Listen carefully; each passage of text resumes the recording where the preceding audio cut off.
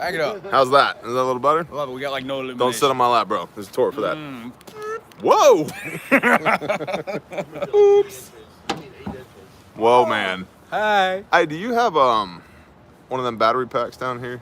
I don't, but I got like 3 of them up in the room. How low is yours? It's flashy.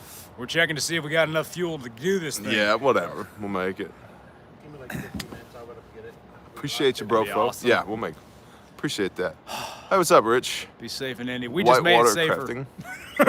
Yeah, our very presence is Franklin Farmstead. Jay Morris, what's up, man? Vulgar Display.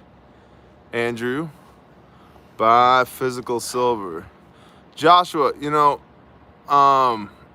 what, Joshua? I'm just blocking your ass because you're posting that on every video, on every live stream, including the Shabbat videos. So when first of all, It's got to be a troll, man, as a robot. Let's go with like top 5 character traits, right? Oh, boy. At least my number 1, I'll give you 1, 2, and 3. My number 1 is achiever. I don't know if you've ever noticed that, but Never caught it. Nope. So my number 1 is achiever. My number 2 is context. And my number 3 is learner. I like to learn things. So when you make a bunch of out of context comments, you just piss me off.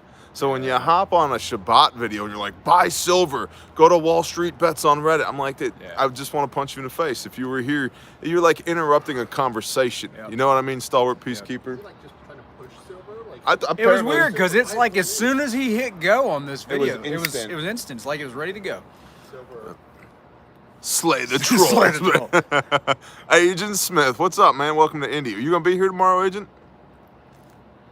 One of my guys was saying that he threw his back out, so prayers go to him. He may or may not make it tomorrow because of it. Okay. Yes, Foe is here.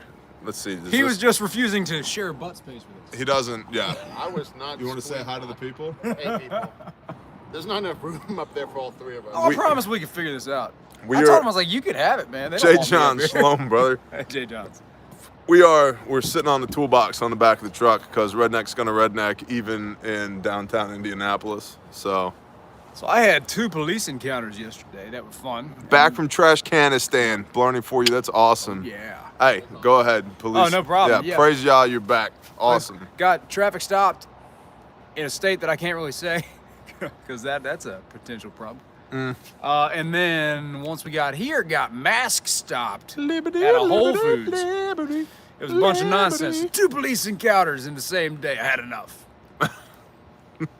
Let's not make it 3 there, buddy. One at Whole Foods, I was running in the building because my daughter had to go use the bathroom, and it was about to be a puddle, and I got stopped over a mask. Maticus, bless you. You got masks on. Billy Hill got the. I got that. I got another helmet from you. Bless you, brother.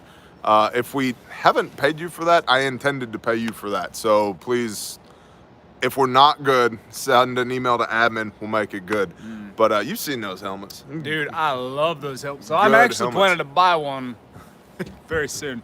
I've sat on his porch with it on for like an hour straight. The Davalier Forge and Woodcraft, awesome. See you tomorrow. That's way too professional for them. Stumps, Roots, and Shoots. What's going on? He said, no payment, we're good. Yep, awesome. Yes, I do have an awesome wife. Thank you. Yep. Liv. I don't know how I got her. What's up, PJD? It's like, we got like a whole old school crew Man. going on in the comments. That's awesome.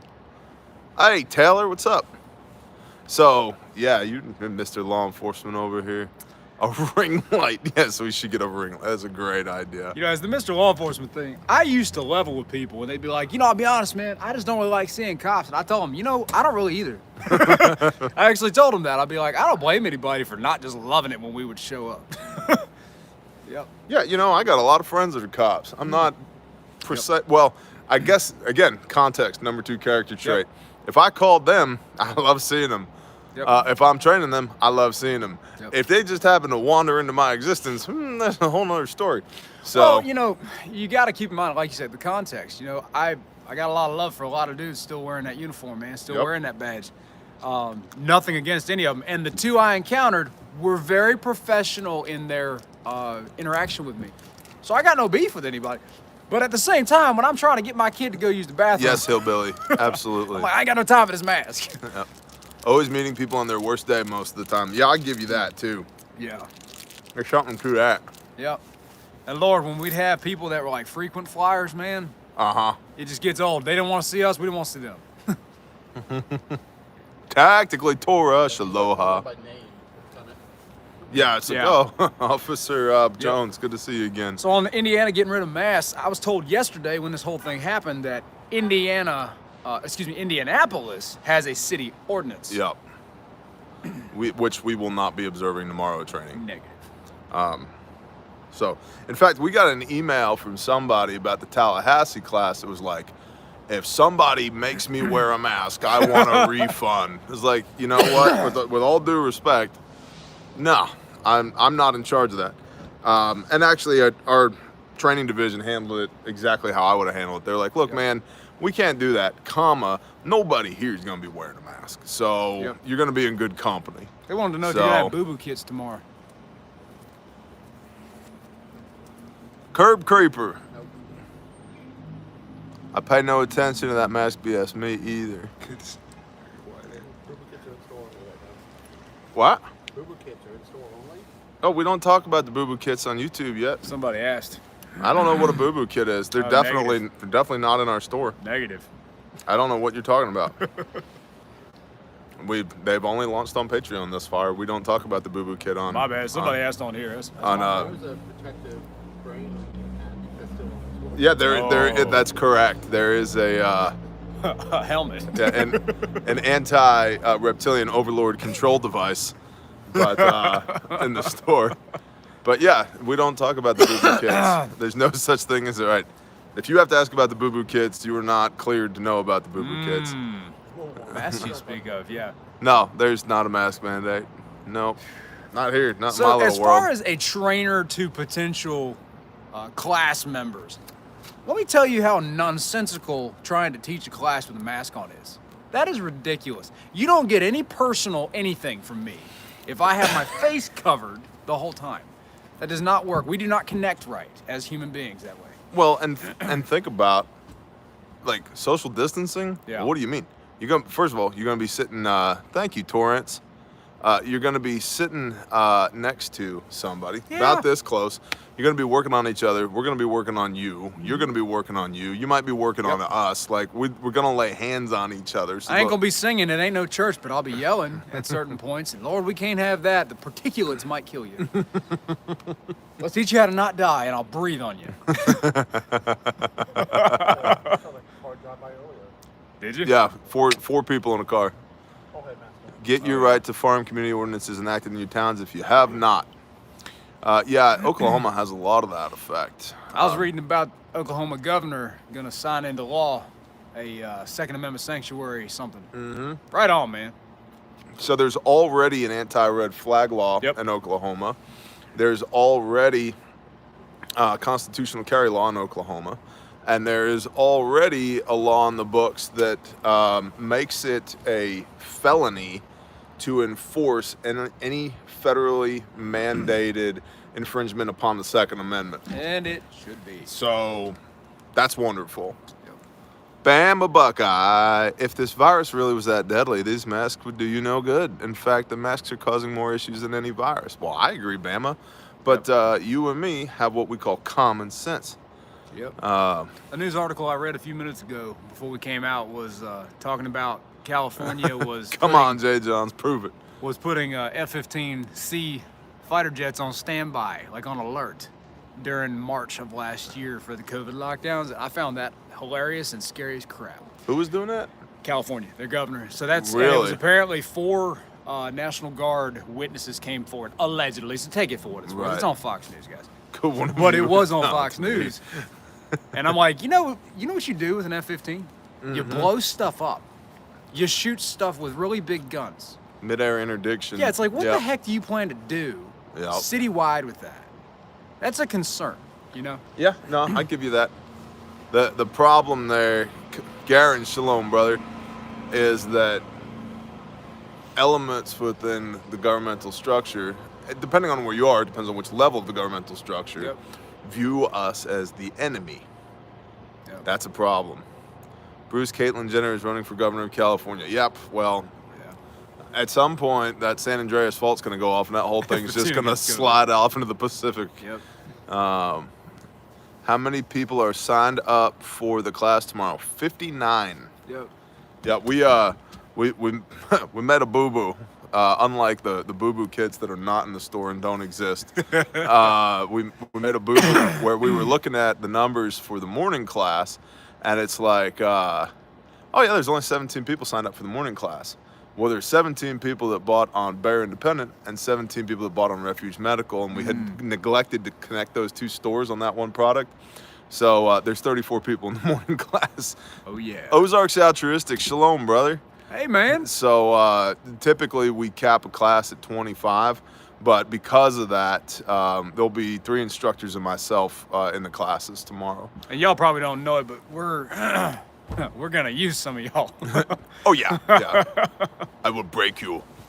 You'll love it. It's If he good for you. dies, he dies. It's good for you. I had been unsubscribed to your YouTube. Well, Tracy, you are what YouTube refers to as an unproductive subscriber. Not that I agree, but that's what they refer to you as. I just realized, I think it was earlier today, I was unsubscribed from Brother Hobie's channel. I'm like, what? What? Yeah. Happens all the time.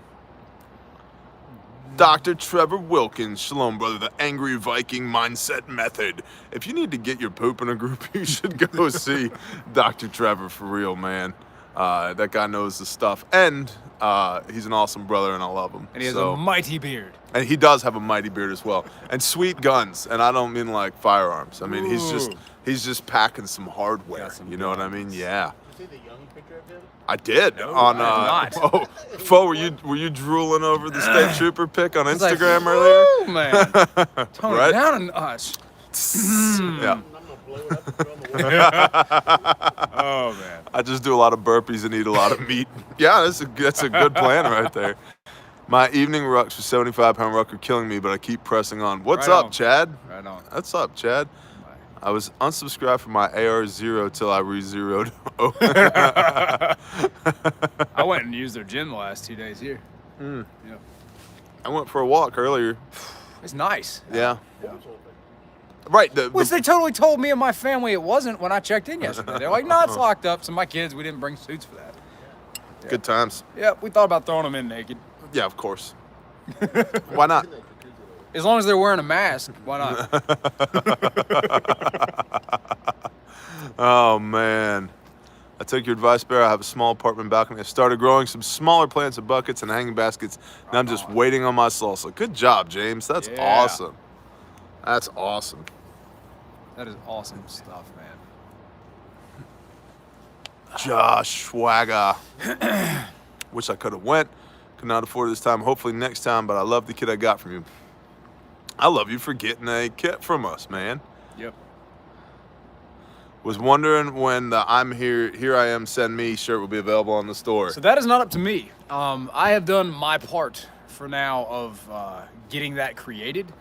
Torrance, I'll answer that in a minute. We will relay that to the higher authorities because I've got a lot of people asking me that, including like my family. My wife keeps threatening to steal mine, and I am the only one right now. Yeah, it's in process. Yeah. It's in process. Yep. And that's another thing you learn just from doing. Like, there's a process to this. Yeah. Right? You know, and it's something that like Liberty and Yankee are learning. Yep. Like, it's a process to develop a product, to get an inventory, to get it online, to market it, to then ship it out afterwards, to follow up. Like, it's a process. It doesn't just happen. Well, something else that I've He's got it on the list to do. Right. yeah, and just keep an eye out for that, guys. And whenever it does get on there, I'm sure I'll do some sort of announcement. Oh, of course. Patreon first. Exactly, Patreon first. Y'all get the heads up. We actually are going to put my shield patches that say "Send Me" on there as well. For sure. Let's see. Rapid Assault chest rig. I don't know which Condor chest rig that is, but I have several Condors. Torrance, let's try this message again. Didn't send last time. How do I add an IFAC to my class? It's not an option anymore. It's not an option anymore to the class, and here's why. Because when we first started, you could add an IFAC to the class because it seemed like that'd be cool. You know, you can get your IFAC and pick it up in class and yada, yada, yada. We stopped doing that for a few reasons. So first of all, first reason was it wasn't making a lot of sense, again, with the process to tie the sale of Bearfax to training, both from it messed up our books because they're two separate companies, so that was a problem. It messed up our logistics because now we're bringing a bunch of kits and it's like, what is this kit? Thank you, Zombie Brittany. Who does this kit go to for what with the when, where, why? So that was kind of a pain in the butt. And then when you look at the cost of the class with the Bearfax, if you know what's going on, you're like, oh, that's a very reasonable price. If you don't know, you're just looking at the dollar value. People were complaining. People were angry at the cost of the class. And like, whoa, that includes a Bearfax. And nobody else does that. So we don't do that anymore either. However, you can get Bearfax at refugemedical.com or bearindependent.com. In fact, I would prefer it for me if you went to Bear Independent and picked them up. I own Refuge Medical too. It just, again, helps keep our books clean. So that being said, we have some product that we're delivering to somebody tomorrow who ordered it from the store and left a note in the store, hey, can you bring my stuff to class? So we are doing that. And we'll have some on site. And we'll have some for sale on site as well tomorrow. So You know, the cool thing about the class too, as an additional just thing that we do typically is they bring what they call the playground, and it's fiddled with stuff. You know, it's kits that are already assembled that are purposely placed, usually on some table, for you to go and mess with. right. You know, instead of just saying, "Oh, I want that kit, but I don't even know what's in it," but that one. Instead of doing that, they usually will bring some stuff, including like the stomp bag a lot of the times, even though it's a big bulky sucker, to just have out on the table to let someone rummage through. But they do that so that you can see what the heck's in it. Yep. You might have the kits not even available.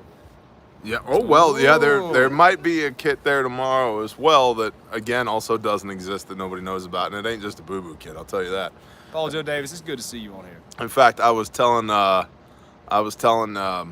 pretty high-speed guy the other day about it, and I showed it to him, and he was like, "Dude, this is awesome! Like this might be the best kit you've ever made." And I'm like, "Yeah." So says everyone about every new kit. Yep. Isn't that a good problem to have? Thoughts on expired quick clot combat gauze? Does it really matter? No, just keep it dry. So anything that has an NSN number, national stock number for use by military or government agencies, has a shelf life. It's required to have a shelf life. And that's why a lot of times you can find like used Army pickup trucks with 7,000 miles on them for $3,000 because they just rotate through stock. That's why you see all the time military surplus, new unissued gear. Yep. So, live in Plainfield, good to have you in the area. Hope I can make it to class next time you're in town. Awesome, thank you, Dust Man. So, same thing with the NSN stuff. So they have to put an expiration date on it. Like they put an expiration date on cat tourniquets. Yep. And, suggested shelf life 5 years. If they're in a cool, dry place away from the sun, away from UV light, they will last forever. If you carry them around on your belt liner in your pocket, you'll get about 2 years out of them. I'll get to show you guys that are coming tomorrow. The one he was carrying, it's fascinatingly torn up. And it's never been used in anger. Yep. So, but anger. Well, yeah, but it just goes to show you. So, and I've got this is a soft tee. You can't see it on camera. Hang on. I've got a soft tee in my pocket right now. I like these like in a jacket pocket because they're so flat, and I like them for using on you. I hate them for using on me. I think they're terrible to use on yourself. I much prefer the cat for yourself, but for using them on somebody else, I do like these. So I've got a soft tee wide in my pocket. So something that we do in class is I bring a bunch of types of tourniquets. We pass them around, let you put your hands on them, so you can kind of see the differences, and it helps you understand the upgrades of the Cat Gen 7 that comes in all of the kits, because it's that good. I mean, the upgrades they've made through combat trials, not just okay, we think this will work trials, are significant, and they're proven. Yep. So that's a good thing. What's up, Parakeet Assault? You guys are so dark. You guys look like those. So dark. Don't want to show you identity, but still. Yeah, the names and changes have been. Here we go. Names and faces have been changed to protect the identities. What about Start this? sounding like this. Ooh. All you see is the cigar. Look at it. That's cool as crap. Let me get my cigar. It's a Streamlight. Just watch out. Is this good? Does this help? Nope, no cigar today. Expiration for TQ in Bear's pocket and having saved him from being shot in the left arm. Yeah, well, that's true, Badger. It may not have been used in Bjorn Actual Shalom. May not have been used in anger, but it has been used a bunch of times. So it's anonymous. Nice. Somebody asked what kind of class. We're doing 2 4-hour Stop the Bleeds, which is our level 1 class in Indianapolis tomorrow, a morning and an afternoon class. And we tell you something that's cool to me about being fairly recently. Thank you, part of Forge this. and Woodcraft. That's awesome. Being fairly recently part of this, I calculated the other day, roughly, and this is before this class set, that I have assisted with training approximately 200 people in a pretty short amount of time. And to me, it's a big deal because that is adding to the life-saving force in the world exponentially. Bless you, Wendy. Yeah. Well, it's force multiplication. Yep. We talk about that in class. That's what it is. I mean, we're going to do 60-ish people tomorrow alone. Yep. Yeah, it's going to be awesome. Yeah, it is. Right? And in a day, right? Yep. It's awesome.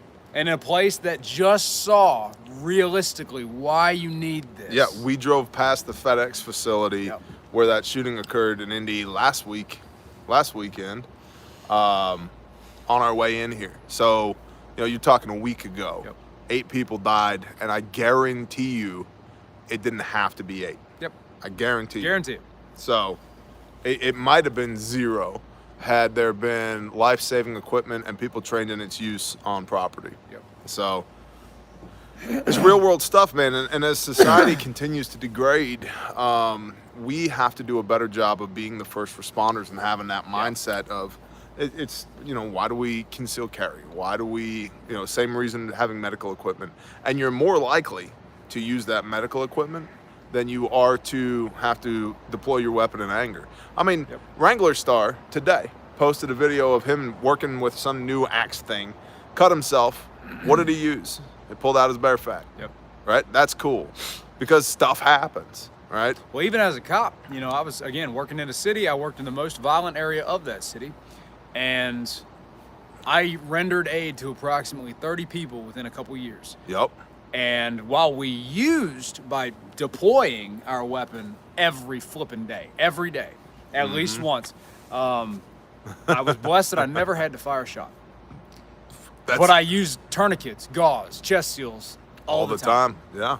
Yep. Yeah, we put together at your direction the Save One More kit. Yeah. Yeah, it was very cool. Yeah. One guy was shot getting his carry weapon from the car. See? Yep. Yep. Should have already been with you. You know what we should do as a company? We should just outlaw firearms Should totally do within that. our company. Totally do that. Right? I'll have to quit. Whoa, Sarah. Whoa. I know what that means. But good for you, and I'm happy for your hubby. Talking to my church security and medical team about the possibility of getting some training and kits for our church team. Awesome, Steven. Yep. What's up, Dudley? The cool thing about this stuff, guys, is like the minor stuff. So when my department decided that they didn't like that I was carrying a leg bag after 2 years of using it on people, when they decided that, I just started carrying that same stuff in my pocket. Because I was like, I don't care what you say, I'm going to carry it. Yep. Melissa Martin, what's going on? So, that's what we're doing in Indy. 2 more Stop the Bleed classes. See you guys tomorrow. Awesome. Justin Ridlin.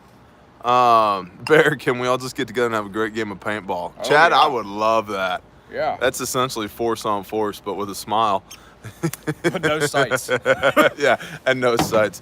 Well, paintball at a certain range becomes artillery. Yeah, it does. Right? Just start mortar arcing that sucker. Exactly. When you can get hit on the back while Awesome, facing Wayne. forward to the threat, that's Bless not a good thing. And whelps, yeah, there's that too. Yep. East side of Indy, it's lit. However, the criminals had guns, so did the people knows what's up, right? A big bear barbecue. I thought about having a Bear Nation family reunion. Oh. It's just like, Inviting everybody. dude, Hunter Kirk, what's up, brother? Just like renting like an entire state park. You're like, That'd be cool. This is ours for the week. Get Grizzlies to show up too. Yeah, for sure. Yeah. Just walk them around on a leash. Yep. Oh, leash. Did it just get a little bit cooler? A little bit. Chad, what's up? Was planning on stopping in at 2. Let me know if that's a no-go. Yeah, come on with it, man. If I invited, I would be there with bells on. Roger that, Chad Netherton. Yeah. 80 acres of pews and TQs. Yeah, I like Ooh, that. That'd be good. Pews and tiki's. Ooh, what if we did paintball and you had to respond realistically to it? Oh, that's fun. Ooh. That's fun. You got shot in the leg. You ain't out. You ain't dead yet. Charles Van Lin, what's up, brother? You know how many people, you know how much use of equipment there'd be? Ooh. We'd have TQs and chest seals on everybody. Yep. Like, for real, that'd be fun. Yep. That'd be a lot of fun. Cool, I got a sitter, so I'm hyped. Nice. See, they like the idea. Yeah, everything headshot. I love it. Airsoft is cheaper. Yeah, but I like the schwack of that paintball, and we can see where you've been hit. That's the thing I like, is the seeing it part. You know, I've seen some airsoft guns that can hit pretty hard, but I like the fact that you've been marked. Firehawk, amen. Love my Bearfac. Best IFAC I've ever seen. Even goes beyond what my father was issued as a fireman. Yeah, it exceeds military specification. It goes beyond what Marines, soldiers, airmen, and sailors carry. Like, it's great. Like, that was intentional. But I'm glad you see the value in it, man. Man, a Sharpie knife battle. No, I don't want real people. Oh, I guess with Sharpies, like permanent markers. Yeah, that makes sense. So I don't remember where it was, but there was a SEAL team that was pitted against a professional paintball team years ago, like probably more than 10 years ago now. And they're using Sharpies only as knives to mark their people. Believe it or not, yeah, they won. Who'd have thought? There is no basic entry-level Bearfac. There's a Bearfac and a bare minimum. The bare minimum's like right around $200, and the Bearfac's like $230, somewhere in that neighborhood. Gesundheit. I'm also, because I was looking at the My Medic Advanced First Aid Kit. Iron Man, what's up, brother? I can't wait to see you. Iron Man's a good dude. Is he? Yeah, he's a good dude. Big supporter of Grindstone. Good Awesome. dude. But I'm gonna buy a My Medic Advanced IFAC. Okay. And do a side-by-side comparison. That's the thing you were telling me about? Yeah, because it's $11 more than a Bearfac. It comes with one no-name chest seal. The tourniquet that's in it is a rat's tourniquet, not a cat tourniquet. No pressure bandage. It does have quick clot in it, and then it has literally just a bunch of Band-Aids and like sting wipes and that, like no decompression needle, no big gauze, no shears, no space blanket, no compressed gauze. It almost sounds overpriced and trash. No real tape. Oh, and made in that the whole thing is made in China. So, you know, and that's In like China. somebody brought up the adventure kits earlier. Oh, that works really good if they Man, just it leave, should just stay leave their there. backup lights on. That's perfect. We are going out of our way. Thank you, Fo. You rock. To produce more and more of our bags here. Space blanket storms. You're ridiculous. To produce more and more of our kits here, the bags here. So the adventure kit was a Condor bag. Can't get the Condor bag anymore, so we're just gonna make our own adventure kit bag here in the States.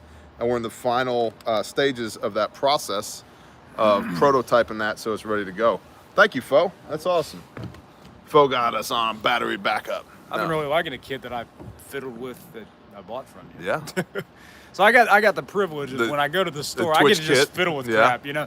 And so I was like, hey, what do I want in my kit? And so I decided to throw stuff together, and yeah, it's in my pocket now, and I'm seeing how I like it. Yeah, Yeah. I dig it. They have one for off-roading. You could use that. They try to steal mine from me at my shows. Yeah. Literally just call it Space Anything. I'm sold. Space Force. I bet they have millions of recruits. Oh boy. I just wonder like how many nerds lined up for Space Force when it was like became a thing. You Are know what I mean? lightsabers standard issue? Right? I know. Twitch Pocket Kit. It's a big pocket. Do you teach basic suturing skills? Not in this class. No, this is a stop the bleed class. Suturing is lacerations, and if there's a bleed to the point where it needs to be sutured, in rule of law, you're going to elevate to a higher level of care. And without rule of law, you need the austere medicine course, which is something you could get from us. We don't have any dates for that currently. We do have more 4-hour dates. I'm telling you, our level 1 class as well is like, it's a lot more. You've been to a lot of trainings. Yeah. It's a lot more than a basic first aid Oh, yeah. class. A lot So, more. you know, guys, it's kind of sad. Again, coming from law enforcement, our academy for me was 7 months. That's not including field training. Field training's average of 3 months. And so you're going to spend the better part of a year being useless, pretty much, right? Yep. And in training, so when we were doing our active shooter trainings, the bleeding control portion was almost entirely skipped. Almost entirely. Yep. And I already had the same exact type of course that we teach now. I had a very similar stop the bleed course prior to ever being a cop. And so when I went through active shooter, I was like, so what do you plan on us doing once the bad guys neutralized and once people are still bleeding?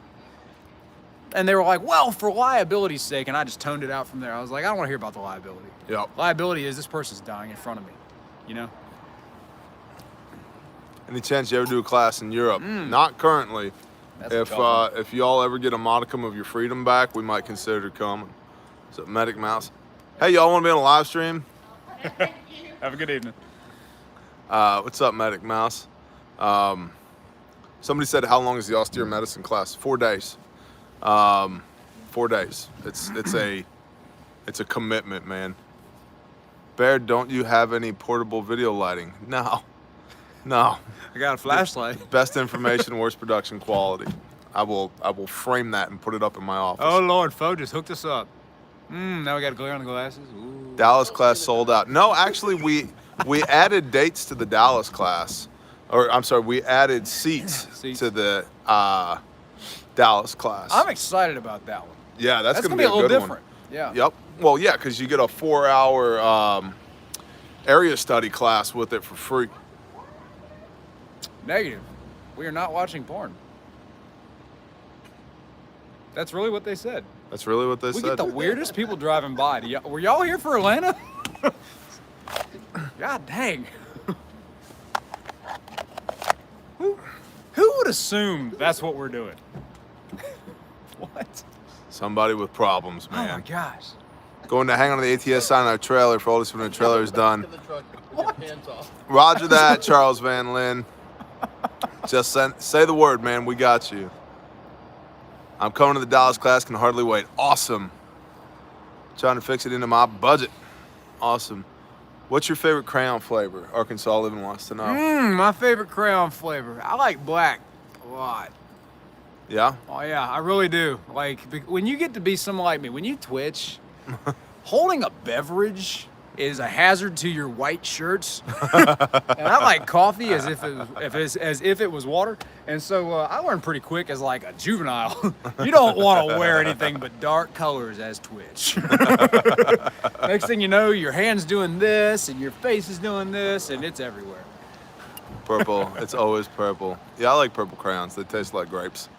So, Maybe the black crayon made me the way I am. is that what it is? How many of them did you eat?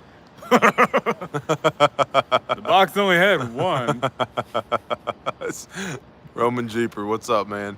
Bear, what is your favorite scripture verse? So I sign all my correspondence, Exodus 15, verse 3, which is, Yahweh is a warrior, Yahweh is his name.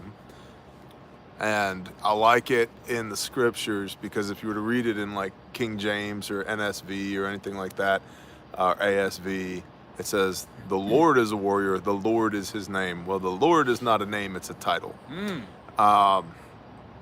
And so I like that verse for two reasons, because it sums up a lot of what I believe. The first is, all right, if Yahweh is a warrior and we're fearfully and wonderfully created in his image, what does that make you? What does that make me? We are warriors, right? Yep. And we need to remember that. And we are operating under his authority. Yep. And we can tap into that. When we are on a mission to be his hands and feet, we get to go to war for him, for good. So that's the first part. And then the second part is Yahweh is his name. And it gets down to the depth of relationship that I have with him. That he is the Lord of my life. He is the creator of the universe. But I'm on a first name basis with him. There's something to that. And it's almost like, yeah, you know, they call me Bear, but call me T.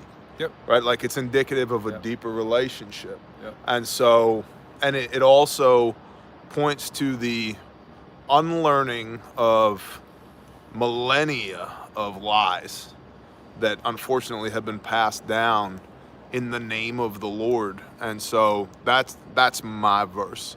That's how I sign my correspondence. And then for like a daily, probably the verse that changed my life the most is New Testament, 1 Peter 2, verse 21. For this you were called, that Messiah, having suffered for your sins, that you might walk in his steps, that in him there is no sin and no deceit was found in his mouth. Yeah. That being reviled, he did not revile in return, but committed himself to he who judges righteously, who hung upon the timber for your sins, for you were dead in your sins, that you might live unto righteousness, for you were like sheep who had gone astray, but had now returned to the shepherd and overseer of your souls. And so it means that the implication there is not simply that you have destination salvation, that you get saved and then you just live a good life. No, you get saved, you are called so that you walk in the footsteps of Messiah. Yep. In him there's no sin, no lawlessness, right? So there shouldn't be any in you to the best of your ability. There's no deceit found in his mouth. He never negated one word of what's in that Bible, first page to last page. And instead of being hated and hating in return, he committed himself to the Father, which is a message for us as well.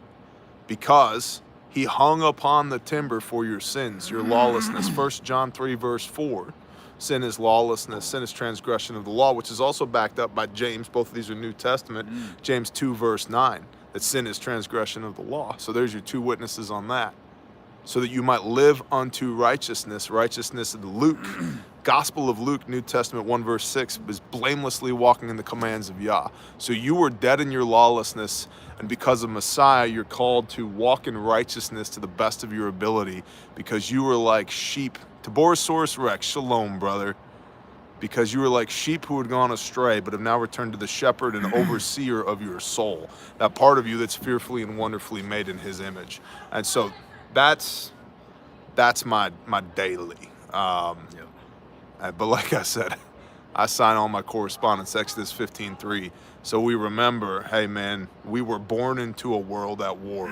We fight not against flesh and blood, but against nations and principalities and spiritual wickedness in high places. Therefore, put on the full armor of Yah. Yep. Right?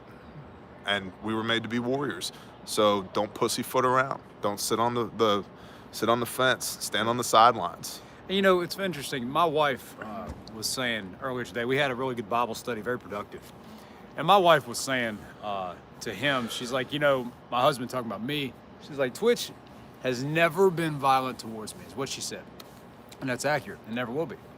But she did say, she's like, but I will say, the most attractive quality she has ever witnessed was when I have been violent. That's not to say that violence is designed to be attractive. That's to say that she respects the moments where I have had to be. Yep. And it's not just violence. Our fights aren't just violent. We're going tomorrow to teach 60-ish people how to deal with violence in a different aspect. You know, we're going to go there and we're going to tell them all the stuff that I absorbed as a cop, but we're going to try to give it to you in a format that, hey, I'm not really the first responder. Now I'm not anyway. But I wasn't really the first responder. Whoever's there is the first responder.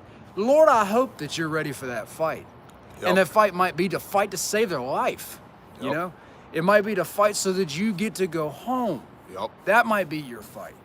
Everybody wants to jump to, oh, it's not UFC. You're not a soldier. You're dang right. But unfortunately, combat is coming to you. Tribesman, shalom, brother. I was thinking about you yesterday on the drive up here. I was in your neighborhood-ish, and had I had the time to stop and say shalom, I would have. Oh, man. And by the way, somebody asked, is Twitch an official nickname? Guys, that's since I was 18. It's sanctioned. Tattooed on this arm. Yeah, it is sanctioned. Yeah. If you had any lighting like the professionals would have, you'd see Twitch is right here. It's been there since 18. It's safe for me to use the stream light on my Glock as a light, right? You don't mind? Hang on. No, I got a stream light. I'm playing. Pull that darn thing up. Hang on. It's faded. It's been there so long. Hang on. Get that lighting right. Whoop, there it is. Yep. Yep. Nice guns. Ah! Do you have a permit for those guns? They didn't arrest me yet. Yet. I don't know. So yeah, if you want to be that person that has something that's wrong, something that's different about you, and you want to act like it doesn't exist, rock on, bro. I owned having Tourette's a long time ago. I joke about it more than anybody. Getting a Lightbox mobile streamer kit for Bear Pursuit. That'd be good. Oh my goodness. I have everything that I need and most of what I want. Yep. Praise the Father. Shoot, my wife even provided me with night vision. Yep. I say my wife provided me. Teach me how to get those guns twitch. Oh, he's just poking now. He's just Dr. poking. Trevor, I wish I could have your arms, bro. Yeah. Those are howitzers. Yeah. Yeah. Some people bring guns. Some people bring cannons. Oh man. At least I didn't bring a knife. Jerry Cummings. Maybe teachers need to sit down and do that. Oh yeah. Yeah, maybe I just. What did he say? I wish I have your cardio so we are even. Yeah, I'll give you that. All right, all right. He's all like, yeah, I went for a nice 4-mile run. I was like, 4 miles? What? I breathe in between. I'll get there about a half an hour later, okay? You go deal with that. I'll be there about 30 minutes later. It's always impressive to me when you watch UFC how much Yep. cardio is needed. These guys fight for like what, 3 minutes Yep. or something? They're exhausted by the time they finish. What's the best bear fact for everyday use? Great question, and thank you, by the way. Bear fact, the bear fact is an individual first aid kit designed to deal with the March algorithm, which is massive bleeding, airway, respiratory, circulation, head injuries, hypothermia, and then everything else. It's not a boo-boo kit. Probably the best all around is the adventure kit, which is out of stock right now, but you can get the guts only of the adventure kit if you have your own bag to put it in, which has everything. The adventure kit, we say, covers everything from boo-boos to bullet holes, because it has everything that's in a bear fac, plus all the boo-boo stuff, plus all the everyday. It's got medicines in there. It's got but it's got a SAM splint, and it's got provisions for dealing with broken bones and so forth and so on. Yep. Bear, will they have an NSN? Yeah, Ducks, we're actually working on that now. Yeah, SFBE is the best cardio ever. Talk to your wife about it. If she don't know, send her to us. Yeah, I love this hashtag SFBE. I'm not gonna obsec them, but I'm just what a fruitful women's retreat. Adventure kit is great. Bless you, Hunter Kirk. I think if you're going to be carrying something every single day, Uh-huh. the minimum is probably the minimum you want to carry. Yeah, And just have that on you all the time. that's a good point. So the bare minimum is exactly what it sounds like. It's if I had to have a bare minimum kit, and that's what I designed it for running on my plate carrier. I have the Gen 0 bare minimum on my plate carrier. I had a weirdo offer me $1,000. I say a weirdo. It's none of y'all. I had a weirdo offer me $1,000 for the Gen 0 bear fac. I was like, that's a little too fanboyish, because it's not as good as the new one. Why do you want it? Yeah. Right? So, Yeah. 2 John 9 through 11. I would have to see it. Do I need Hey, Donald Trump's on here. Donald J. Trump? Thank you, sir. Do I need to pay your electric bill too? Yeah, sure. Listen, I didn't get a single stimulus check, so if you could pay my light bill, that'd be great. So yeah, wow, situational awareness is advised, right? Bare minimum lighting. Do we really? All right. Honestly, how does this get better with lighting? We're just sitting here talking. Because I mean, like, if it's a thing, like, I'll get an OLED out of my truck. See, I have one. The problem is the beard. They can't see your lower half of your face. That's the problem. It's not worth seeing. My wife has never seen my chin. Okay. For real. Please, I'll put your headlights on. My tail lights, rather. See, I tell you. Well, the taillight's probably doing the same Oh, good. I can his- do mine. Yeah, I guess. We might do Reflective that. My luck lighting. is they'll steal my car in the live stream. That's my luck. Well, there'd be an incident. Wife says she went to bed early. She doesn't know what SFBE is, right? Not accounting for the lip readers bear. Okay, well, there is that. So Shoot. Here, folks. we don't need to do that. You sure? There's an O-light in the driver's side door of the truck. Yeah, it's unlocked. Unlike yesterday. Other side, driver's side. The driver's seat, underneath my floppy boonie hat, there's a black O-light in there. The no light jokes are funny. we look more reptilian. We look almost green. Look at that. And now you're just bringing up my handicap. Horse, what was that? I didn't see. Bear, if people are forced or camping, etc., does your pack include a snake bit or heart attack, non-combat, etc. materials? So we don't have a snake bite kit in any of our kits. I've done the research on these. I own a snake bite kit. They're not terribly effective. You're better off having anti-venom, which is likely not going to happen for normal human beings. And very specific to the snake. Right. Yeah. There's a point, guys. There are some things that you are just not going to live from. There's some things that you will live from, and some of it's not up to us. You know.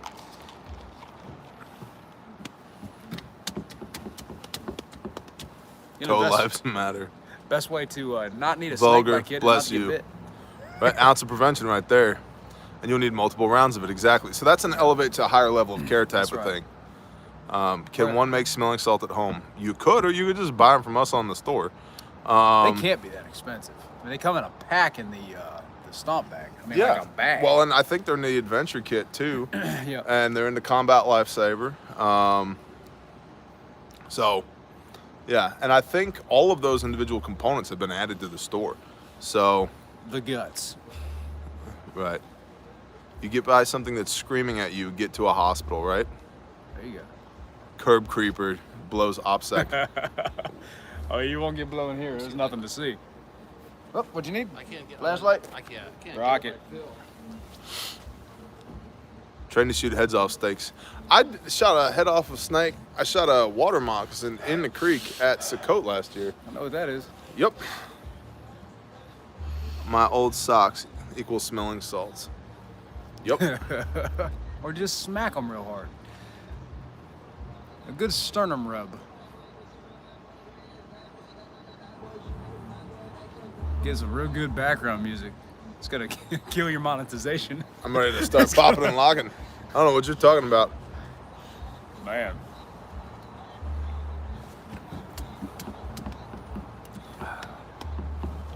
You should sell nitroglycerin pills for heart attacks. I have no idea what the legality of that is. Where is Socote this year, Bear? Wherever you're celebrating it. 410. I don't see it. Uh-oh. There should be a black O-light flashlight in the door pocket of the passenger or the driver's side door, underneath the floppy hat. Shoot, I can just illuminate us with that light. We need. I know, but there should be an O-light there. It's a $100 bill. Tucked way down. Nowhere. Yeah, it's there though, isn't You're not ready in on Super. it? If you don't know, Ooh, you there don't go. know. Oh, it's gonna be too bright. You watch. No, it's got modes, bro.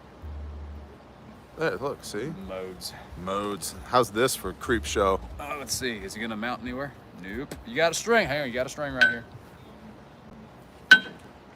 That doesn't Straight help up, at all. Straight up pro. See if we can dangle it through your little cord right here. Well, bro. We got some paracord attachment. Why are you bringing my little capability. cord into this? Can we hold it right here? Oh no. No. I'm just saying I can put it right here and face it on you. Stand by. You want a spotlight while you're Oh, that worked. Dang. I like that. Yeah. I like still that. don't understand the theory behind it. Who sits on a tailgate and I does sure that? wonder what was she thinking? What's in her mind? Yeah. I think she liked your beard, bro. Well, it sucks to be her. Ooh.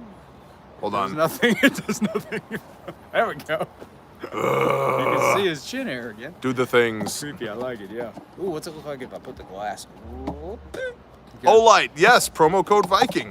Hey, Shalom, Pastor. we know that person. I know that guy. Shadow on your eyebrows. It is an O-light. Puts a really cool shadow on my eyebrows. Is that any better? Yeah. Blair Witch Project, right? There you go. It Thank was you for like getting that, it was Fo. like one of the top 10 moments of my life when Pastor was saying what he thought of that class the other day. Yeah. It really was. Yep. Probably top 10. Yeah. Y'all did a great job. Y'all always do a great job. It's all Richard and Nicole. All of them. Yeah, they're a big part of it. So are you. Frankenstein lighting, indeed. There you go. Blair Bear Projects. Blair Bear, yeah. We're not freaking out though. No. Nothing. Right, Loomp. Right, Loomp. Yeah, it's funny. If you don't know about Dakota Bear's house, you don't know about Dakota Bear's house. Kill the proteins in my smoke. I think it's funny somebody came all the way outside to smoke weed. Right? They really did. Yeah. Don't be afraid, Jay Johns. Oh, and bring Phelps. I'm full of comments. I'm not Phelps's keeper. Phelps goes where he wants to go.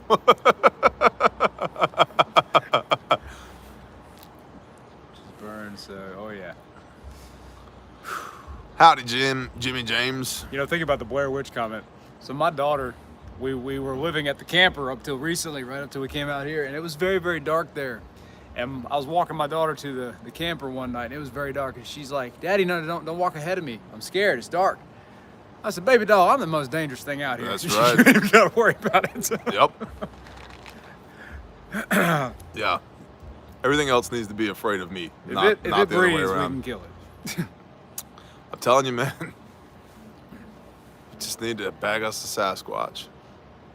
Gosh, Pallet, that'll solve all our monetary needs. pallet of CIA $100 bills. I'm in. Yep. I'm 100% in. Yep. And for all the government agents that are watching this channel right now, I'm serious.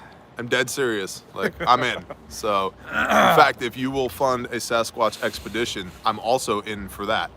So, Indiana? Redneck Life, yes, Indiana. Yes. How afraid were you holding that fireman? How afraid were you holding that fire? Which firearm? Who has firearms? I'll say, what gun we talking about? We don't have firearms. That's ridiculous. I would never. There ain't been a gun yet, guys, I was afraid to hold. Hey, Fo, can you hand me that green jacket right there, please? Thank you, bro. Yeah. Well done, my man. Chupacabras. Oh, man. See, what if we Chupa- catch just one of them? Yeah. I feel like they're in lower demand than a Sasquatch. Lower demand than... Well, I mean, they didn't make a hunting season for Chupacabra. Yeah, at least not in Oklahoma. Sasquatch is scared of bear. They ought to be. I promise we can find something big. Hang on. No, I've- prepared to say something. Branky slugs, yeah. I remember that story. Talking about you Mm-hmm. going through the woods with a shotgun. Yeah, I remember that story. Bro. So, yeah, just suffice it to say, I was in a potential Sasquatch region, and I had just got done shooting 310 rounds, 100 rounds of 45, Okay. and 210 7 mags of AK, out to 50 yards, rapid, in under an hour. Okay. 310 rounds in under an hour, 2 misses, just flying. I Just- mean, you never shoot. You know? Never, ever. I never. Which is, there's a whole thing there. You want to be known in your neighborhood as those people that shoot a lot, even during the ammo crisis, because you know what kind of effect that has on how the neighborhood views you? They're like, oh, those people? You do Those not. guys. You want to be their friends, not their enemies. That being said, so I just shot 310 rounds of big bore fun. And I found myself in a situation where potentially there was a Sasquatch near. And I hopped on my four-wheeler and I left in a hurry. There was like a spirit of fear that came over me. I was like, I'm out. I still had 4 loaded AK mags and 3 45 mags loaded with hollow points. I was like, I'm out. I'm leaving. Now, maybe if I'd had some brothers there, different story. But See, I love me some Creedmoor. Do So I'll answer that one, and you can hit it from your angle. I own a 6.5 Creedmoor. And I actually intended the day I bought it to buy a 308 because the ammo was a little bit more common. Dude, it is flat shooting, and a more knowledgeable guy than me told me after the fact. He's like, by the way, 300 Win Mag, the military will change out the barrels every 1,000 rounds because it just burns it up. He said 6.5 Creedmoor will double that. I was like, Yep. awesome. And it is flat shooting. so Creedmoor is a very good round. And if you don't already have a long-range rifle and or you need another long-range rifle, then Creedmoor is probably the right way to go. Especially when all ammo's expensive now, Yeah. you know? Yeah, so 50 BMG is less expensive than 7mm Remington Magnum right now.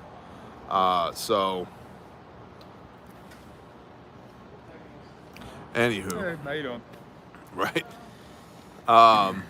So, it's almost like just buy a 50. Like if you can, We've had this if you can conversation. swing a 50. In fact, I was talking to Pastor. He was Yep. telling me that his wife has said similar things to what my wife has said. I didn't tell him that part. Yep. My wife says that her midlife crisis item that I am required to buy for her is a Barrett. That's how you know you picked the right woman. The Lord is good to me. Or bear pillow. How do you guys? How do you guys feel about a 458 SOCOM? I've never shot it. I don't see the allure in it other than energy foot-pounds at short ranges. That's the problem I had with it. I knew a guy that had one, and he had it in an AR platform, and he showed me all the cool stuff about, okay, you take your AR mag and you single stack these rounds in that sucker. And I was like, all right, cool. What's the range like? He's like, oh, it's terrible. And I was like, well, Yep. why bother with that? Just go to a real rifle caliber. you Yep. know? If you're not really loving the 5.56 or 7.62 by 39, all right, go up from there. Why bother with this real fat? Yeah. Get a damn Round. AK. Yeah. Just get an AK. Which, in the competent hands, can hit a man-sized target out to 500. More realistically, 300. Yep. But just get an AK. Or Or if you don't love it, get a 308. Or if you don't love it, get anything really else Yep. other than the most random caliber I could come up with. Right. Yeah. Yeah. Big old fat round. I mean, it was intimidating looking when you saw the magazine, but I'm like, the recoil's terrible on it. At least his was. Yep. Didn't like it. Well, think about that, because if you have a choice, right, which you should, if there's going to be an engagement, you want to have as much say about what that engagement looks like as possible. Yeah. And I know you have a 458 SOCOM or whatever it is. Gosh, man, I'm getting a contact high. Yep. I'm telling you. So, I've had professional training on that smell. so if I know, hey, your effective range is 200 yards, I'll be at 500 with an AR-10, right? Well, and you got to think other things too. So what's your round capacity like? Drastically less in each Right. magazine. Oh, well, it's just the same mindset as the 1911. Guys, I like 1911s too. They're sexy as they can be. They're really cool to have. But I tell you, the little bit of time I owned a 1911, I never carried it. Yep. You don't know why? Because I like having more bullets. Because statistically, it doesn't matter.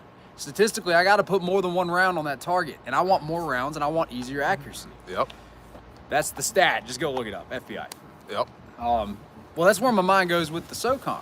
It's a real expensive, real random caliber to find. Yep. Up till recently, I can still find 6.5 Creedmoor at Walmart. The SOCOM stuff, low round capacity, very iffy ballistics because it's big. Mm-hmm. And then it's going to be a lot of recoil. And for what game? Yep. What game? If you were gonna say I'm gonna use it to hunt hogs at 200 yards or less, okay, got it. Cool. Sure. And it's in an AR platform, but man, Nemo makes a 300 Win Mag in an AR platform Yeah. that has 10 round magazines. Yep. So if that was your philosophy of use for it, go on with your bad self. For me, I'm boring when it comes to calibers, man. I am too. I like NATO rounds. So especially as a preparedness mindset, my wife and I, some years ago now, decided we were going to be a primarily 2 caliber family. And Yep. I mean primarily. So we still have shotguns. I still have the 6.5 Creedmoor, but we are primarily 9mm Glock, Yep. an AR-15 and 5.56. Yep. We gotta take you fishing with those. Take you fishing? What? Yeah. What? What am I going to Boating do fishing accident. with those? Tip the boat over. Oh no, buddy, the boat already capsized. I had to swim Yep. to shore. I got the whole story. Yep. We ain't got to go fishing. Well, and if you want to think about this, okay, look at what is actually used. Now, I'm not saying militaries always get it right, but they at least put a lot of effort into equipment and cartridge selection, Yes. right? They put a lot of effort into that. They got the money to do that. And the experience. So they're not really just shooting into the dark, ha ha ha, right? It's not a shot in the dark. They have a lot of data to work from, real world experience. What are they using? Yep. I mean, even Russia went from 7.6239 to 5.45, Yep. right? So, Yep. yeah, you know. So I had, a guy that knows way more than I do, was telling me recently in a class that he took that was from a very professional group, that they went over this concept of like your wiggle room for special forces. So instead of trying to just dot the I, with every round, instead of trying to do that, they were talking about, hey, it's better to try to get the shot on target. Now, I'm somebody that I really, really care about. I want my shots to be accurate. I really, really focus on that because my theory is when it's under stress and it really, really matters, pulling the trigger fast ain't gonna be the problem. Now, it is good to practice that, but this guy was telling me, hey, they found statistically that to stop the threat, you need to get bullets on that threat, wherever the bullets will go. Mm-hmm. And Clint Smith talks about, okay, you shot him once, you didn't kill him, all right, shoot him again. Yep. But get that first round on him. Get that second round on him. And that's why I like 9mm 5.56, because no, they're not the most potent caliber I can find, but I can shoot them. And they're low recoil. They're abundant up till now. I can go prone at 250 with my AR and ring steel, 2 shots in 3 seconds. Yep. I've done it. Yep. Well, we did that in one of the videos you made. Yeah. Yeah. And close range, oh, forget it. Yeah. Especially with a 3-pound flat face single stage trigger. Yeah. Ba ba ba ba ba ba ba ba ba ba ba ba ba ba ba. It's anyway. All that being said, and so Storms and AVT both had a little bit of pushback on going with government choices for calibers. I would say this: it's abundant. Once it is abundant, once the decision is made, yes, then it goes to the lowest bidder. But look at the adoption of the AR-15 stoner/cult AR-15 in the military service and the development of the 223 cartridge, 5.56 NATO, and even 7.62 NATO. There was a lot of effort that went into that. Once they decided that's it, 7.62 by 51 millimeter is now a standard NATO round. Yeah, everybody started producing it and it goes to the lowest bidder. But the 12 years of work that went into developing that cartridge, the external ballistics, the internal ballistics, so forth and so on, none of that was an accident. Same thing with looking at wound channel data on 5.56 at roughly 3,200 feet per second with a little 55 grain bullet and the effects, internal ballistics that it has on target. Barrel length matters. Yeah, there. none of that was an accident. And so, yes, at some point you end up with Tula making 55 grain steel cased ammo that's not the best. It didn't start that way. Yep. So something I love is these liberal hacks in our government. I guess we can call it a government.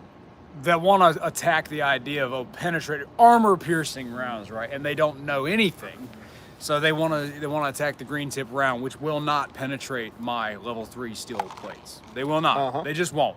But they don't know anything, so they assume that. But they don't go after the 55 grain military ammo. Mm-hmm. And in a 20-inch barrel on an AR, it will penetrate level 3 armor within 100 yards. I've seen it happen. Mm-hmm. So it's interesting to me that's the people that are making our laws, guys.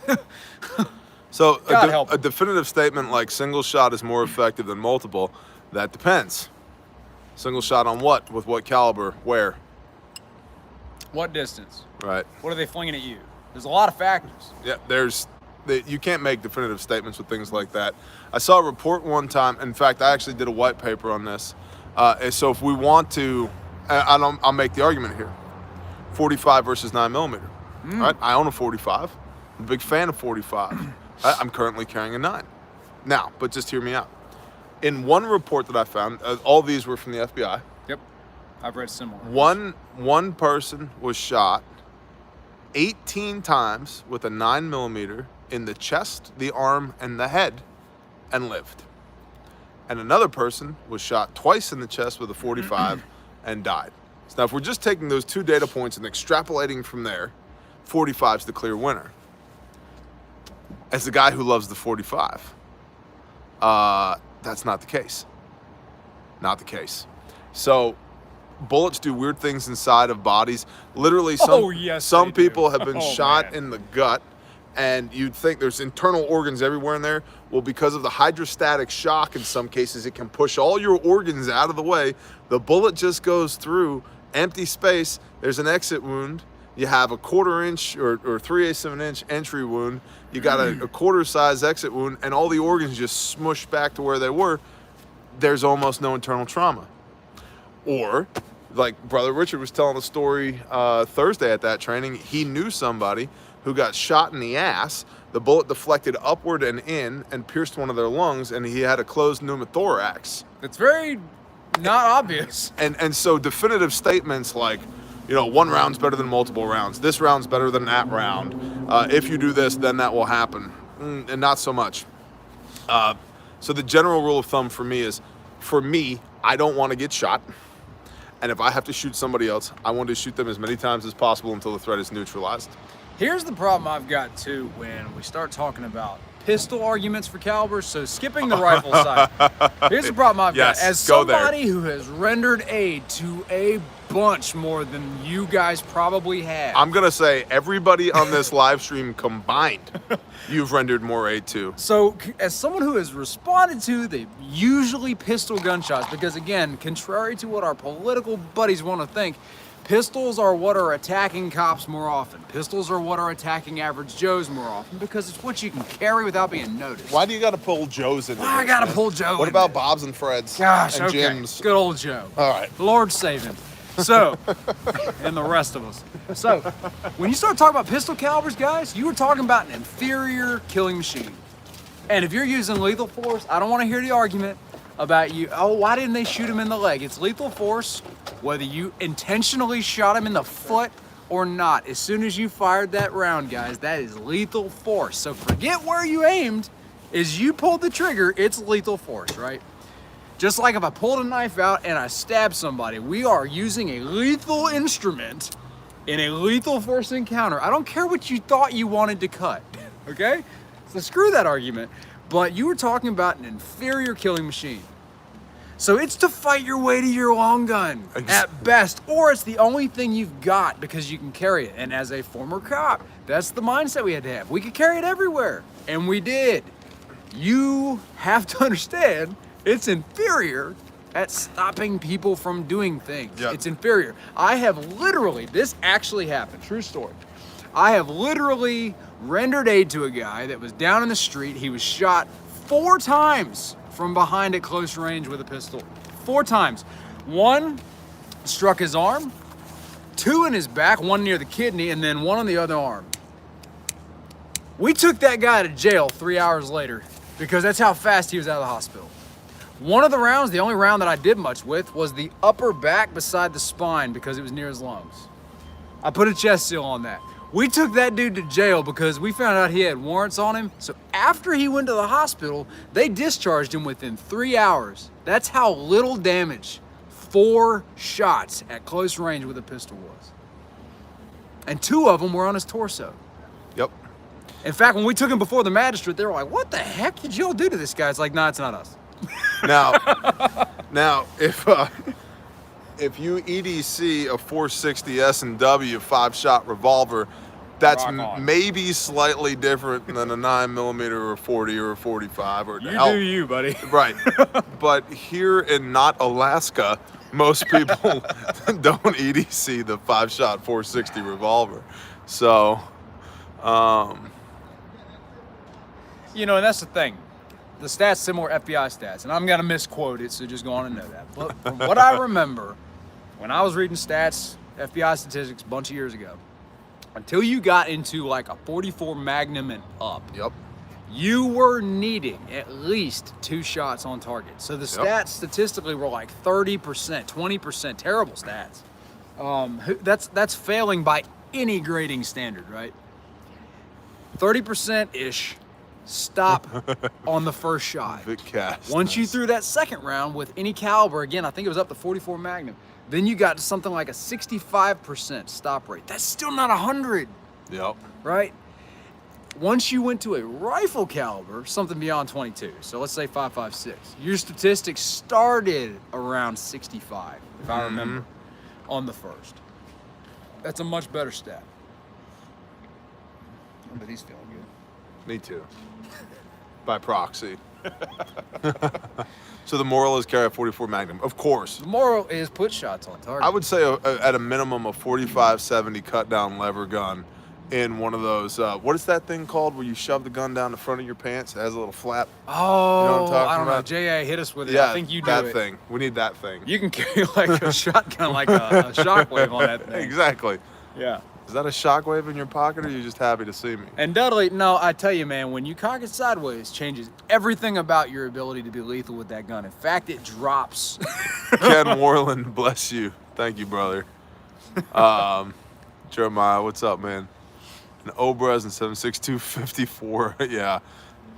7.62 rimmed is a whole, yeah. If you're shooting Russian 30-06. If you're shooting 7.62 but 54R, we literally did this the other day. You weren't with us.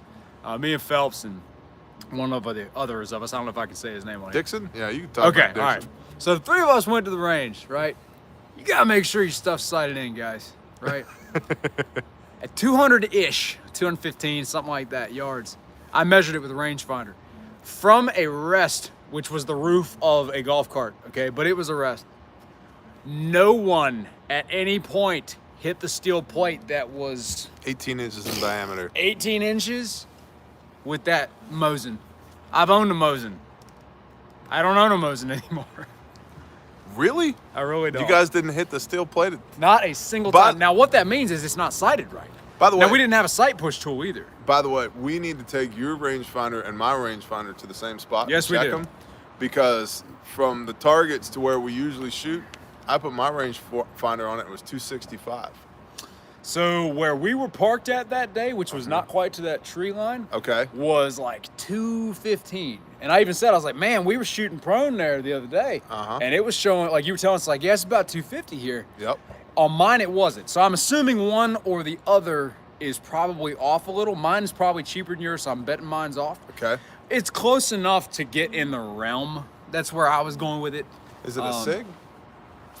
I don't remember. Because I've got the SIG Kilo 1000, and I found it to be very good. Mine's So- probably not that quality. I think Okay. it came from Wally World. Okay. Gina Mart. Gina Mart. Okay. Well, we should do a side by We side should. comparison. There's And I even probably- said that. I was like, man, we need to get both of them out here. Yeah, because the far corner there to those. But now the plates moved forward a little bit too, when there was a reset on the way the Oh, I plates didn't were know that. hung. Okay. But Well, we weren't on the far corner either. okay. We were actually a little Yeah. up from it. It was so mucky that day, we were worried about getting stuck. Yeah, that makes sense. But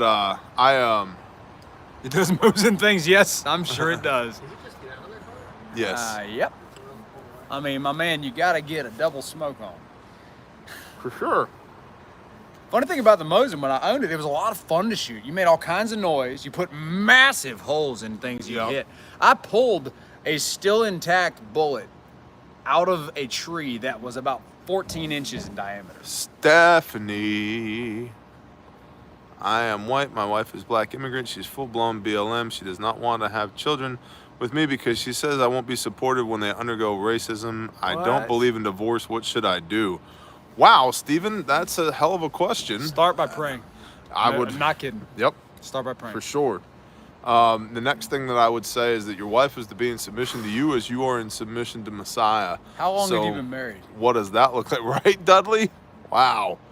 No, so somebody said leave. Wow. I don't know about that. So unless your wife has done something to the point where she has earned a writ of divorce, and I mean biblically, Yes. not in the world, because the world is fallen and full of bullshit. Hey, Fo, watch yourself with this guy. He's Yeah. high. Just a lot bit though. Do you do you really think he's high? I got a He'll- pretty solid confirmation he's high. He only sat there for 30 minutes smoking. To the point where I could smell it the whole time. I'm kind of high. God dang. Yeah, I'm a slightly contact high. Just slightly though, because if it was more than that, there'd be tinfoil wrapped around my head. I've spent so much time around weed, it's ridiculous. Yeah. Professionally. Yes, we are downtown Indy. So, all right. So back to the wife. Yeah. You need to. It sounds like you need a lot more communication with your wife. Yeah. Sergeant. Yeah, right? Yeah. My pants are on, Sergeant. There are Know ways. Yeah, how long have y'all been married? I want to see that pop up because that might matter. Is this a newlywed thing that you didn't know this ahead of time? Or is this a recent addition to your life? Paul talks about being an unbeliever. Yeah, in 1 Corinthians, I think 6, he talks about this. How do you know, O wife, that your righteousness won't win a husband? And how do you know, O husband, that your righteousness won't win a wife? So, and I'll hit on that after you do. adultery and adultery and unfaithfulness is what gets somebody a writ of divorce. Everything beside that, headship, bro. / abandonment. Isn't that in there too? Yep. Yeah. Headship. So guys, brief testimony from me on that. So my wife and I were not married by government standards when I got saved. We were married as far as what I would now consider marriage. So use 5 that, years. Use that in your discretion. 5 years, all right. Use that in your discretion, whatever you think that means. Because she, and this is what she would tell you if you were sitting here with her, because she witnessed what the Lord was doing to me, through me, in me, that she could watch. Yep. Because of her observation, shortly after that, she gave her life to Jesus. And it's all been history since then. Okay, it's a lot of progression, and it's not some short blurb I can give you. It's a lot longer than that. But the long short of it is, if you're married to him, you're married to him. It's a life commitment, guys. You can't control what they do. So if she's like, no, I'm out of here, do everything you can, but you can't control that. You, as the Christ follower, you do what's right. Mm-hmm. Hey, Aaron Martin, come see us tomorrow, man. And what do you mean, no heads up? Yes, I did. I forgot to text you personally, but we've been talking about this for 2 months. So, get at me, brother. Y'all want to be on YouTube live? No, okay. Have a good night. I didn't think so. Downtown Indy, don't worry about the people smoking. Guys, I promise you, I ain't worried about people smoking. Yeah. Don't worry about the meth heads walking around. Brian, as bless someone, you. As someone who has handcuffed meth heads, yeah, I promise that's an accurate statement. Worry more about that. The thing about it is, you've been married 5 years without us knowing anything about you. So we're not marriage counselors sitting here. We're not? Oh, okay. In 5 seconds, we can't be. But at the same time, what I'd advise you, man, you got to really look to what the Lord wants you to do. And that is going to be difficult. I want to touch on that because, first of all, Ozark's altruistic. That's awesome. Say shalom to our people. Next, so many times people say, well, I've just been praying and asking God to speak to me. There is a whole book full of his word. There's a whole book full of his word of what he has already said on multiple subjects, including marriage. And so much of the time, like just yesterday, been praying for wisdom and discernment. I spent 7.5 hours in my word today. 7.5 hours in my word today, and just getting bombs dropped on me by the Father. We spent like 2 as a group, didn't we? Uh-huh. And 5.5 on my own today. Some of that was, I do Shabbat videos for y'all on Shabbat, and a lot of that was my own personal time. And he has answered damn near any question you could possibly have already with his authoritative word. And so read his word, do what it says. And it really sounds like to me in this relationship, there's a lack of communication and a lack of headship. You don't get a Jezebel without an Ahab, man. It just, because, and Aaron Martin, who's on here, that's something he and I have discussed. You don't get a Jezebel without an Ahab, meaning you have created the opportunity for rebellion in your marriage. And is it rebellion or is it just a misunderstanding? And if you don't never talk about it, you're never going to know, are you? So you would know your wife better than anybody else on here. I would hope. Right? Right? Probably better than almost anybody else, period. I will tell you, this is an easy example for me. My wife was raised She was born and raised in Puerto Rico. First language was Spanish, and she was raised very liberal, very liberal. So the idea of gun ownership was just taboo. It was like you're either a criminal or a cop, no in between if you carry a gun. And so when I brought the concept of, hey, we should carry guns up like 9 years ago, when I brought that up, you talk about a taboo thing. To her, criminals and cops, guys, and she was neither. And so I had to live that out. I had to bring testimony to her, meaning I went and researched my wife because I know her better than anybody else. I brought up to her, well, here's the stats of this and this and this, and then here is this this time where John Doe's wife, not John Doe, was being assaulted, and because John Doe cared so much about his wife, he kind of influenced her about carrying a firearm. And hey, I don't want this to happen to you, so out of love, would you be interested in carrying a firearm? So that's the conversation style we had for some time. This was not a one-time conversation. And then it came down to, I carried a gun all the time. And then it came down to, we went to the range and she tried it. And then it came down to, I invested literal money into buying her one. I was like, hey, if you'll carry it, I'll fund it. And this is before we were married. Through all of that effort, my wife is a better shot than most men ever will be. And it's not because of me, that's because she had the interest in it. Because I showed her, because I know how she thinks, know how she learns, I know how to approach her with things. I knew how to attack that problem because I knew my wife. She knows how to attack problems with me, right? Yep. She knows that the best way to get to me is not necessarily to yell. We don't yell at each other. There are things that you will know about your wife. Attack that problem uniquely to her. It's communicating with her. Yeah. But it's also communicating with Papa. It is. It has to come from way up here. That's, well, your wife is to be in submission to you as you are in submission to Christ. And Lou, my wife told me that she had the only 5.56 carbine there. I was daggone proud of her because she came and asked me prior to going to that retreat, hey, what long gun you gonna let me take? I said, whichever one you want. Hey, Jeremiah said, hey, how come I haven't been getting Grindstone update emails? Because we don't spam people. That's why. When there's something to update you on, we will update you on it. When there is not, we will not. So that's why you haven't been getting Grindstone update emails, because there's nothing that I feel that we need to communicate with you all at the moment. Want in on the mission. Yeah, we all want in on the mission, guys. You talk about a good mission. Yep. There's things in the works, and the moment they're concrete. I don't like telling you guys about things that I'm trying to do. I like telling you about things that I am doing or have done. Yeah. And the moment that they go from being a maybe to a definite, you will know about it.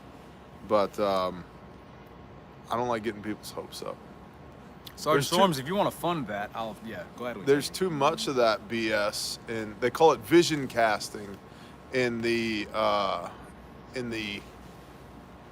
ministry space. You have to cast your vision. I don't have to cast anything. You know what I have to do? I need to be dependent upon my Father, and I need to put my nose to the grindstone and execute on the mission that He's given me.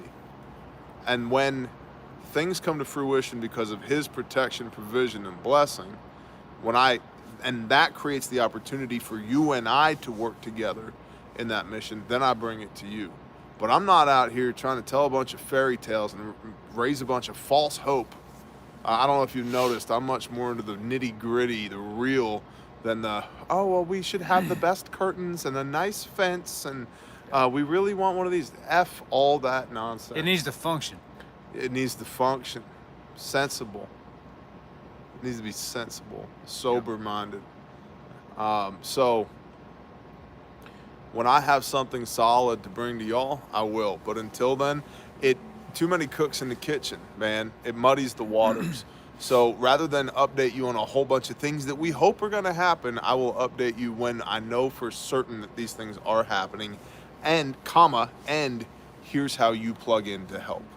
Yep. Because otherwise, you're going to tune out everything I have to say because there's no fruit there. I'm not going to tell you about the fruit that might grow. I'm going to tell you about the fruit that is growing once it's growing. Also know though, because maybe y'all don't realize this, maybe I take it for granted, because I get a little more behind the scenes than y'all probably do. Guys, it's actively being worked. We were talking about it a couple hours ago. Yeah. Out here, before we turned this camera on. It is being worked. Don't think that just because you aren't hearing it, that it's not in motion. They literally talk all the time. I hear it, and I'm not always around. I hear it at least once a week. The prospective mission.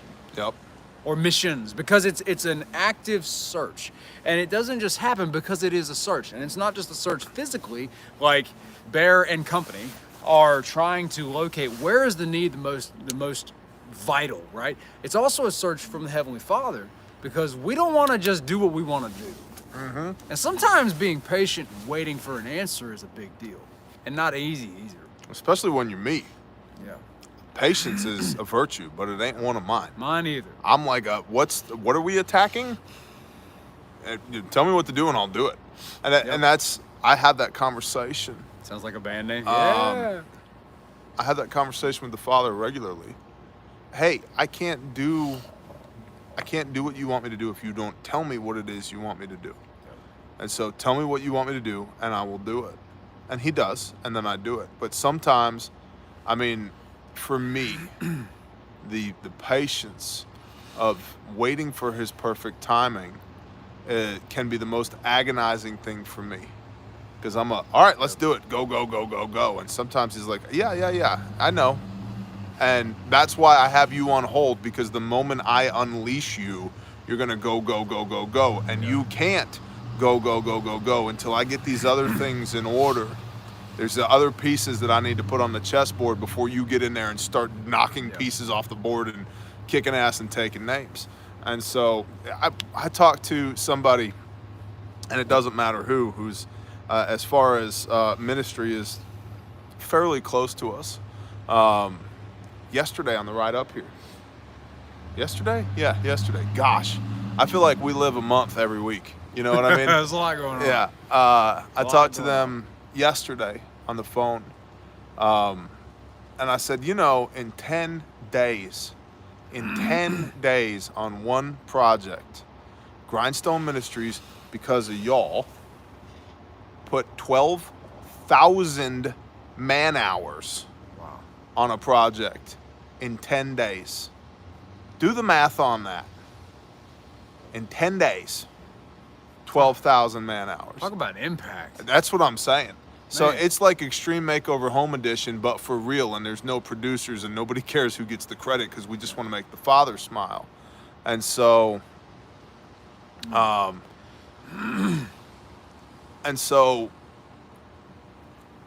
because for whatever reason the Father has seen fit to entrust that type of power and authority over that execution to me, he doesn't let me go until it's time to go, because we will do that over and over. We have done that over and over and over again.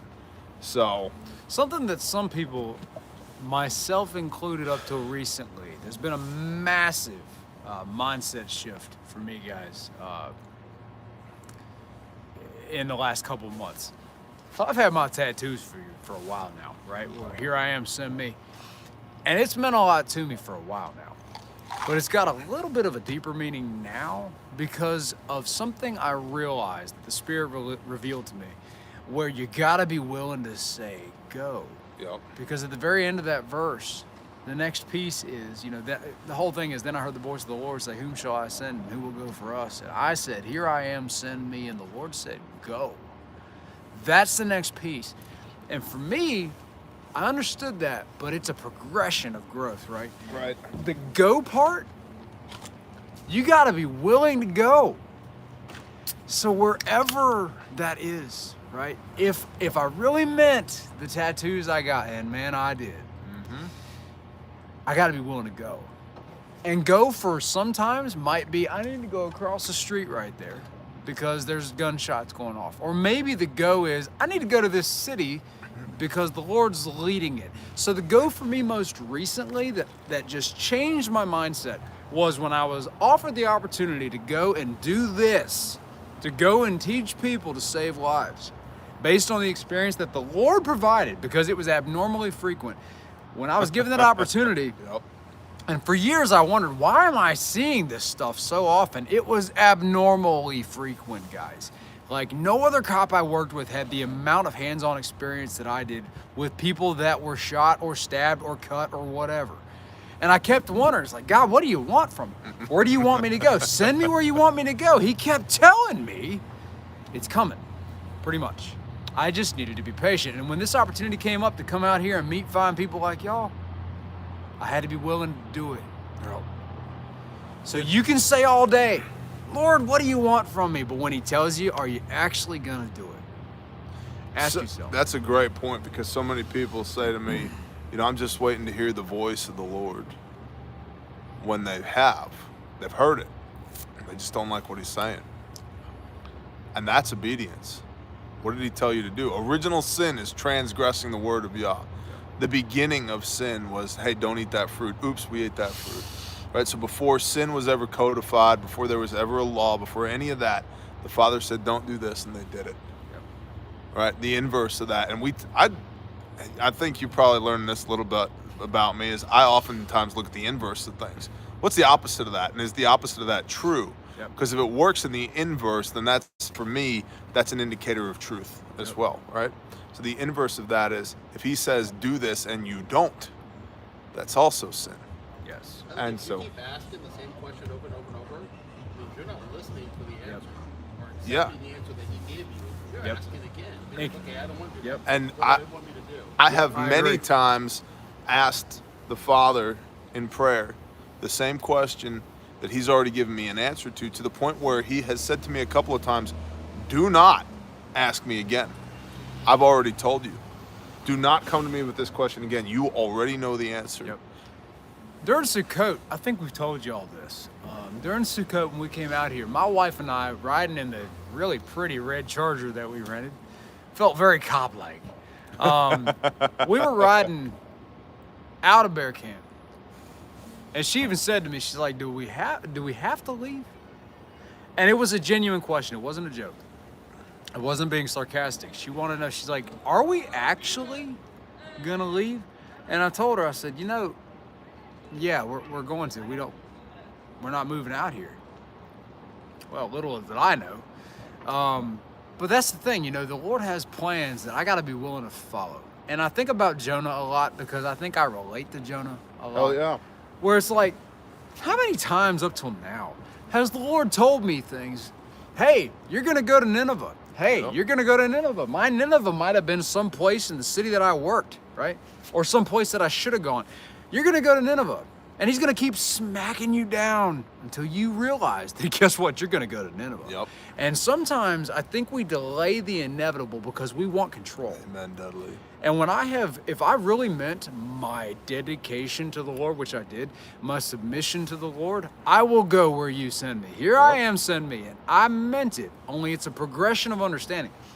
The Lord's been very patient with me. When it came around to this, I had to ask myself, why wouldn't I go? And the only reasons I came up with were selfish. Well, that's going to be hard. Yeah, you're dang right it's going to be hard. But it doesn't mean it's impossible with the Lord.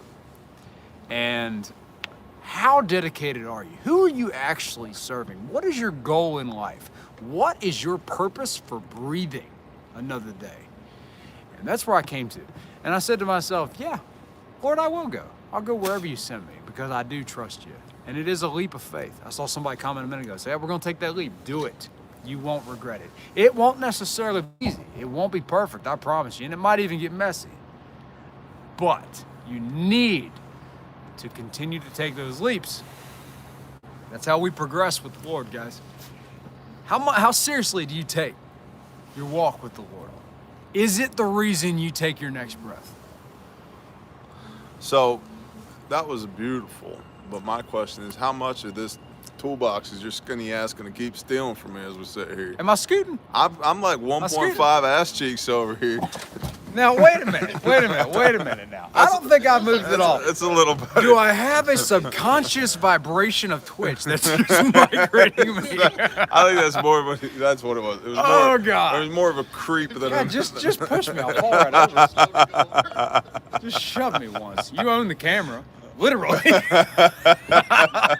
Not just the channel.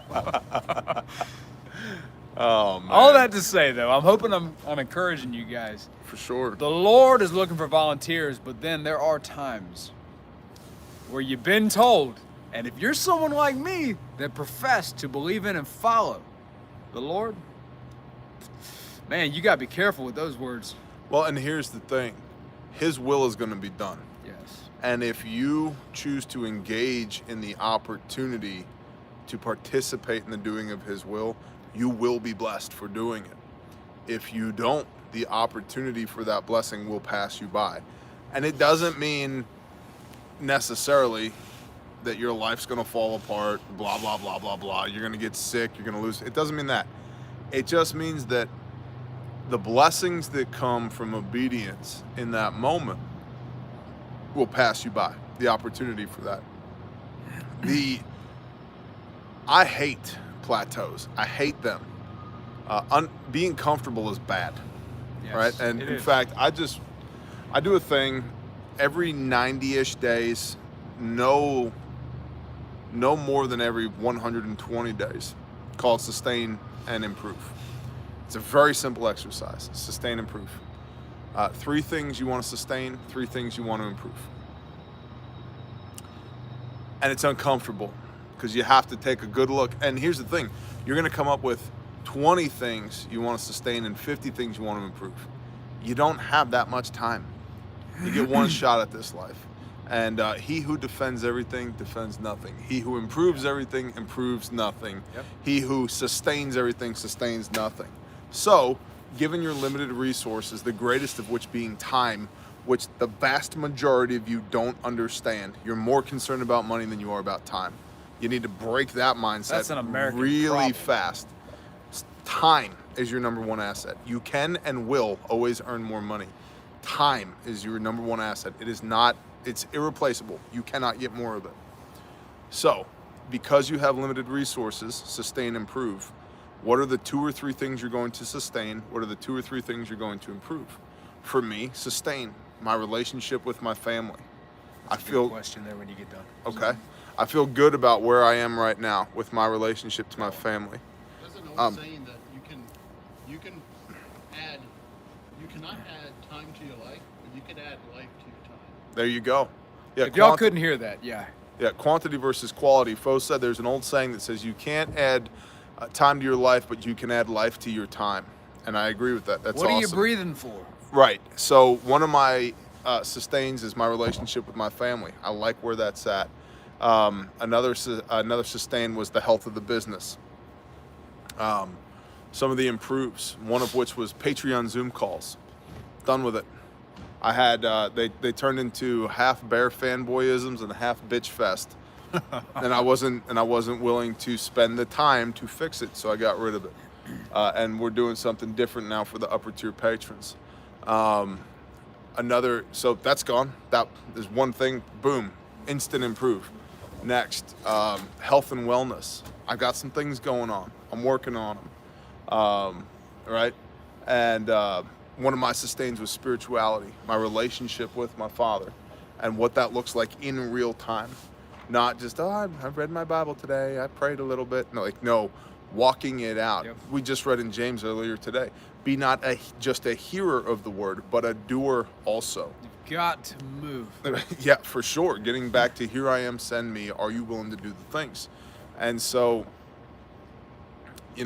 and bringing this full circle all the way back to Grindstone, how come I haven't gotten any Grindstone emails lately? Let me tell you, the people that I've been talking with are nowhere near where we are geographically. Nowhere near. Not convenient, not easy. Some would say scary. I don't know how we would do that. But you know what one of my favorite things in the world is? Looking people in the eye who I've never met before and say, hey, we're going to do this. And they go, and they usually start crying. And they go, awesome. how are you going to do it? And then I go, I have no idea. And then they look at you like you're crazy. What do you mean you have no idea? Oh, well, I'm not in charge of the how. He's in charge of the how.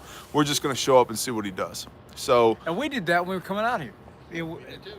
Yeah, it's like, I didn't have to understand the whole story, guys. When we decided, yep, I'll go. Once that moment happened and we meant it, at that point, we start doing everything we can to figure it out, trusting that the Lord will make it happen. And if he closes the door, then he closes it. And then it ain't supposed to be. I've had doors closed. I was asked more than a year ago now if I would go to Burma, if I'd go to Southeast Asia, an active war zone. I was asked if I'd go. And at that time, for the first time really, in something that made me uncomfortable, like we were talking, for the first time really, I said, yeah, I'd go. We started actively making plans, and guess what? COVID happened, and we couldn't go. The Lord shut that door. He will shut the door, or he'll open it, and he'll just facilitate it, and that's what he did with us coming out here. There were things that had to happen. There was money that had to be spent, resources had to be allocated, effort had to be put in, but the Lord made that way. We fought it for years of saying, no, Yep. we're not going to do that. Yep. No, Yep. Until we fully Yep. submitted and say, okay, what he wants to do. Absolutely. That's what we're doing. And then you see the blessings that came with it and the way we can bless others by just Yeah. listening to him. Full submission, guys. Yep. Well, and to the Burma thing, one of the conversations we had before you even got out here, you were like, hey, this Burma opportunity might come up. I hope that's not going to like negatively impact what we have going on. I'm like, how much does it take to go to Burma? Can like the company sponsor you to go to Burma? That was an active conversation. Take your ass to Burma. Go do that. And so, and that for me, and this is where it ties in with y'all, what a blessing that we are supported by folks like y'all who support our small businesses, buy our products, come to our trainings so that we can be obedient to the callings of our heart, so that we can create prosperity. And make no mistake, nobody over here is, talking about the oil change that they need for their yacht, right? We're not rolling in dough, but we can create prosperity to the point where if you're like, I got to go to Burma and go do the things, bless you, go. I'll tell y'all like Let's this. pray over you before you leave, I'll tell y'all like this.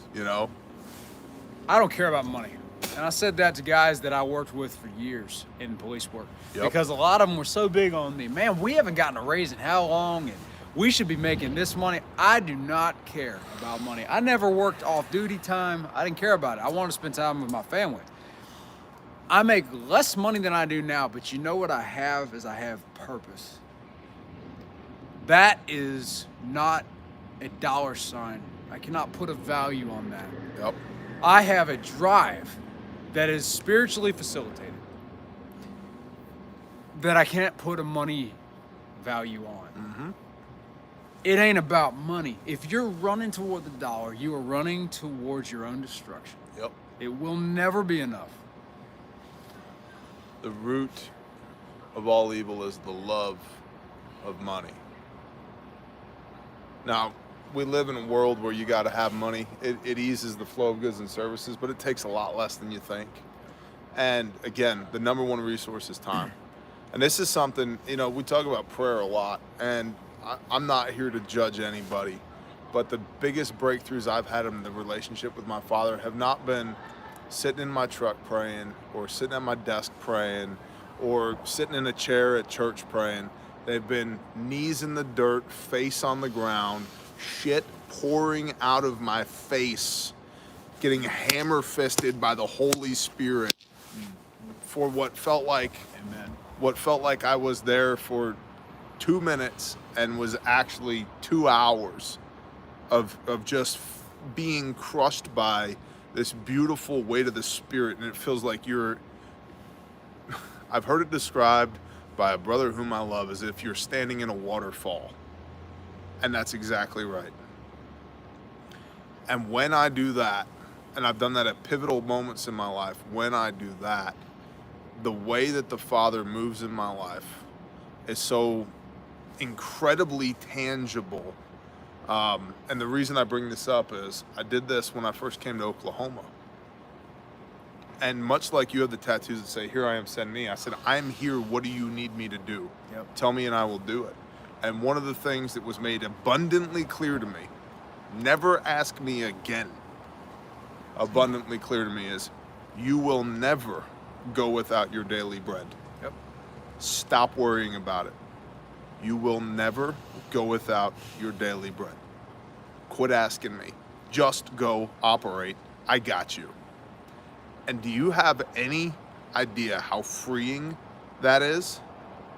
It is insanely freeing to know, okay, the creator of the heavens and the earth, of every molecule, of every dust mote that exists in the entirety of everything we can quantify with our human brains and more, has told me explicitly, stop worrying. You will never go without your daily bread. You will always get what you need. Now go operate. That is the most freeing thing that ever happened in my life. Yep. Just go operate. It's gonna be okay. Yep. And that goes back to the comment here about needs and wants. Is Right. You don't need that much money for your needs. You will, they'll provide your Something needs. similar. Something similar. Who's that? How many times is that gonna happen? We've been asked twice tonight if we're watching porn. No, we're not. I don't know who does that. Is on that a tailgate. thing in Indy? Y'all just sit around on pickup trucks and watch porn? Where are you That is from? hilarious. Where are you from? St. Louis, All right. What are you doing in town? buying a car. Good for you. Thanks. You and your buddy hang out and watch porn together on pickup trucks? That's the plan. It's, well, I don't know about you.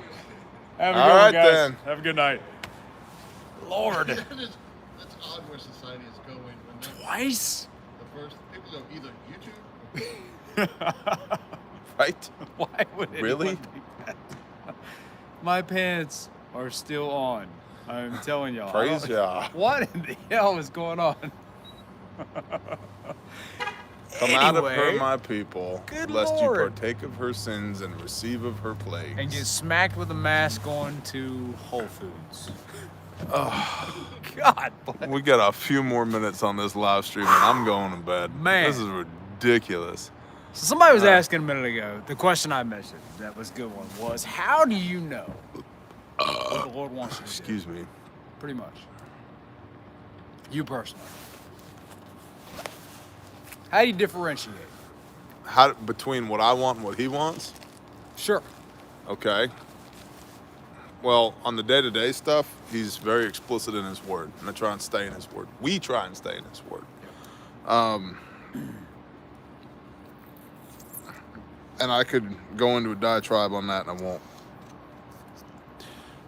How do I know that I'm doing in the macro what he wants me to do?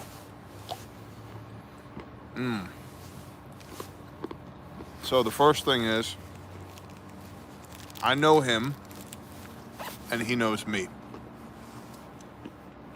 And those are two very important but very different things. In Matthew 7:21, there is what Pastor Joe calls the scariest verse in the Bible. And it's an incredible rebuke where Jesus, Yeshua, is speaking. And his people have come to him and said, Master, Master, we've prophesied in your name. We've cast out demons in your name. We've done many mighty works in your name. And he says, depart from me, you who work lawlessness. I never knew you. Yep. So just because you know him doesn't mean he knows you. What do you know about him? What do I know about him? No. I'm asking like the camera here. I'm asking the folks out there. If you're asking yourself that, what do you know about Yeshua, about Jesus? How do you know him? How well Because do you know we him? talked earlier when we were all doing the Bible study. You know, I brought up the thing that hit me when I first gave my life to Jesus, and I wasn't following Torah at the time, but I did give my life to Jesus. Was a guy asked me genuinely. He said, "Where's your relationship with the Lord?" I said, "Well, I believe there is a God," and he said, "That's not what I asked you. The demons know there is a Lord. Yep. Where are you at with it?" And that kind of threw me through a loop, because that kind of brought it together to that. If just knowing he exists doesn't mean anything, you know? And just knowing that Jesus was around doesn't inherently mean anything. And that's what that verse speaks to me about. Yep. You know? Knowing about him and knowing him are two very different Yes. things. And you can go as, how well does he know you? Yeah, how well does Yep. he know you, if y'all couldn't hear? What's up, Giles? Yeah. What are you doing to be on his radar? Yeah. That's, Talking to him daily? yep. Are you doing Yeah. things? And you know, we can all relate to that just being here. It's like you could be some other dude asking about the porn truck thing in the No parking lot. shit. You don't know us doing that. No, there's no chance that we're sitting out here in this parking lot watching that trash. You know? But that's the difference. Is you don't know. You're afar. You're over there somewhere. You don't know anybody. Where's the real interaction? Where's the dedication and the trust? So how do I know that I'm doing what he wants me to do? How do I know that I'm walking in his will? Well, first of all, he's told me. And he tells me because I know him and he knows me. And that is an incredibly powerful thing when you have the kind of background that I have, to be known by the creator of the universe. And to be pursued relentlessly. I know he knows me. We speak. And I don't always hear his voice, but oftentimes I do. And sometimes it's the still, small voice. And sometimes it is very knife hand. And it only progresses to the knife hand when I don't listen to the still, small voice. And he gives me these opportunities where he says, will you go? Will you do this? Yeah, I will. Because when I don't, I'm so full of anxiety and trepidation over not doing the thing that he told me to do. My quality of life is terrible. Now, there's also promises for obedience that can be found in Deuteronomy 28, Deuteronomy 30. And grow your fruits, bless you. Okie Storm Chaser, bless you. Grow your fruits. Anybody that knows you knows that if they have eyes to see, right? So you shall know them by your fruits. And that's what I was getting at with those blessings. If you look at Deuteronomy 30, paraphrasing, if you diligently obey the voice of Yahweh your Elohim, then you will be blessed. Do you have any idea? Deuteronomy 30 what? Yeah, I know. Kosher Dad knows what he's talking about over here. Blessings and curses. And so if you're walking in his will, you're experiencing blessings. If you're not walking in his will, you're experiencing curses. And so if you take stock of your life and the relationship that you have with your Father in heaven,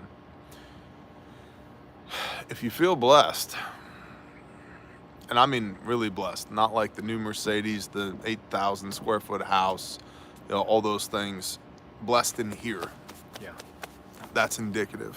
Forget the house, guys. Yeah, and then you look at, I mean, that's one of these things that pisses me off about these air quote ministries that we've been running into lately. I told somebody recently, I said, the house that you want us to come work on, because it needs help, is significantly nicer than the house that I live in. Yeah. And you want hundreds of thousands of dollars to do this? Yeah. Negative. And so, how do I know that I'm where the Father told me to be? How do I know that I'm doing what I'm supposed to be doing? Lastly is the Holy Spirit, the Ruach HaKodesh. And we know from John 16 that the Holy Spirit is the Spirit of truth, and he convicts us concerning sin, which is lawlessness, righteousness, which is blamelessly walking in the commands. Blamelessly meaning that you're not actively trying to break the commands, you're doing them to the best of your ability. Yeah. And sin, righteousness, and word. You can see it. Revelation 19, judgment. And so the course correction that comes from the voice of the Ruach, the Holy Spirit, where he pushes you. And see, when Yeshua says, the straight and narrow gate, It is narrow. right? The narrow way.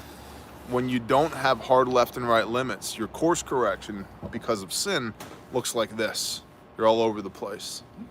when you know what sin is and you're walking per Yeshua, 1 Peter 2:21, guided by that spirit of truth, your course correction gets much more like this. It's much straighter and much more narrow. Okay, it's not perfect because we're not perfect. Only Yeshua is perfect in the walking of the Torah, which is sin. James 2:9 and 1 John 3 verse 4. But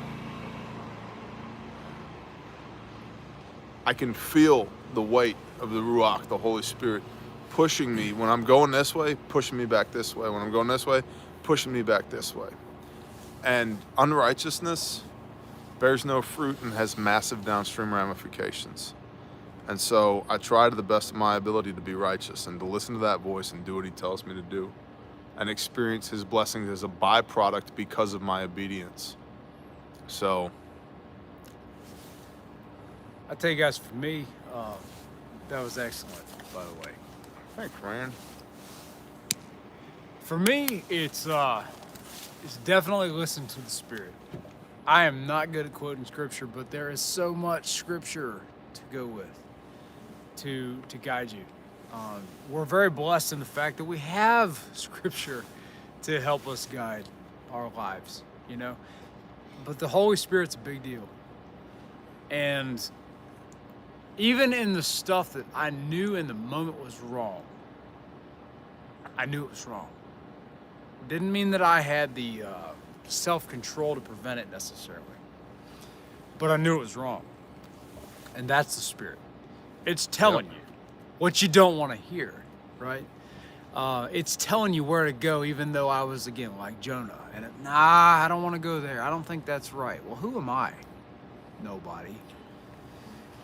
We got to be willing to listen to the correction of the Spirit, to the Doug guidance Stanley, bless you. of the Spirit, right?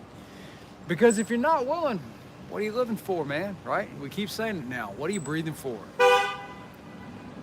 Right, go on, man. When I gave my life to Jesus, guys, it was a big deal to me. But it is a progression. Don't make the mistake. We talked about this earlier, all of us did.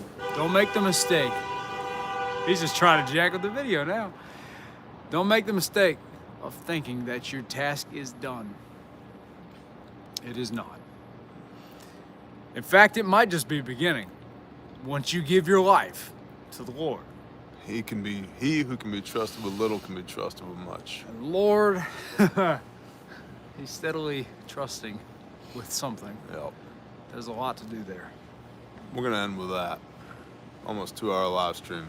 We got to train people how to not die tomorrow. Appreciate y'all, Bear Nation. You guys are awesome. Have a blessed evening. Shalom. Shalom.